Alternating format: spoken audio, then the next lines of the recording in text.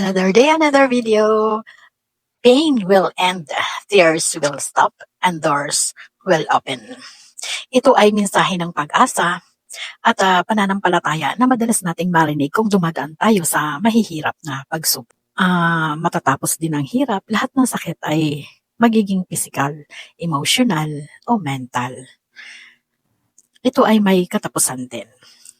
Ipinapaalala nito na ang ating mga pinagdadaanan sa ngayon ay pansamantala lamang.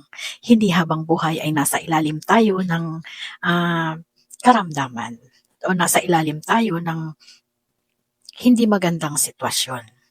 Darating ang araw na mapapalitan ng iyong luha ng mga ngiti.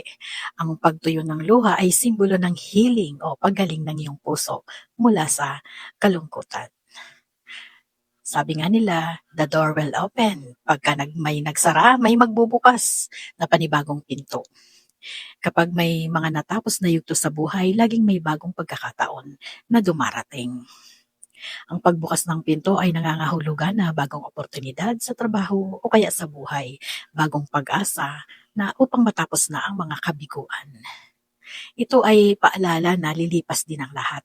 Kung ikaw ay nasa madilim na bahagi ng iyong buhay, huwag kang susuko dahil mas magandang bukas ang naghihintay sa iyo.